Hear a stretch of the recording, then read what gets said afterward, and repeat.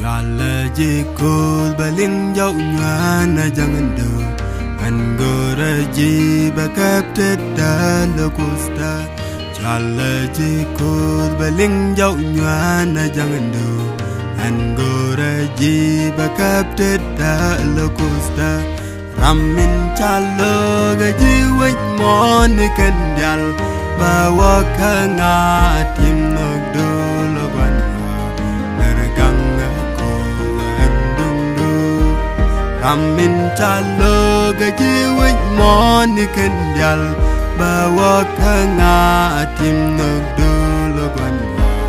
nergang aku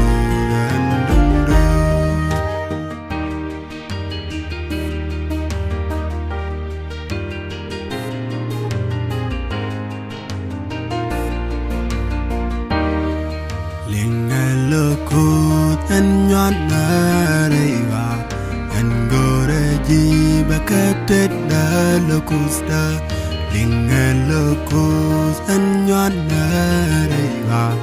an gore jiba kaptet da lukusta uling pala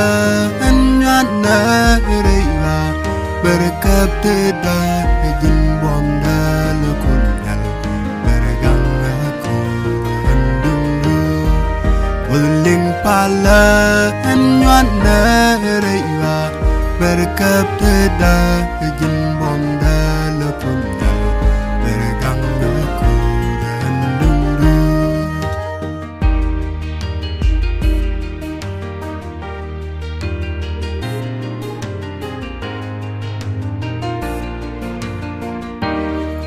La jeji anyuan na kandu She tied the bomb, carried the shilara. La jejia, renyuana kanogdu. She tied the bomb, carried the shilara.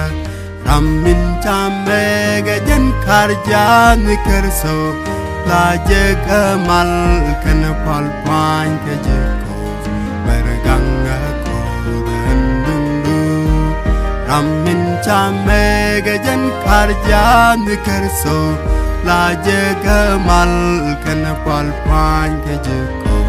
berganga ku dan dundu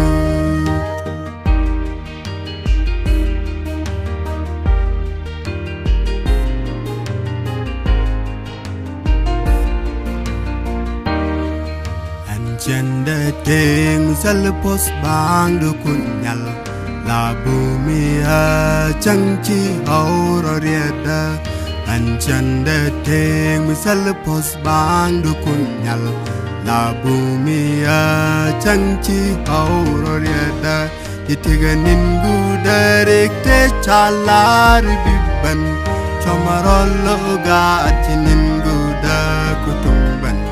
Berganga kuandundu Titiganin Darik te chalari bibban Chamarolo gachinin guda kutumban Berganga kudan dundu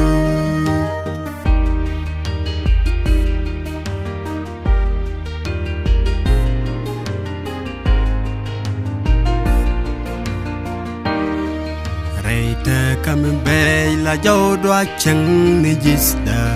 Anjan bichu keliak dulu kusda Reita kami bej la jodwa chang ni jisda Anjan bichu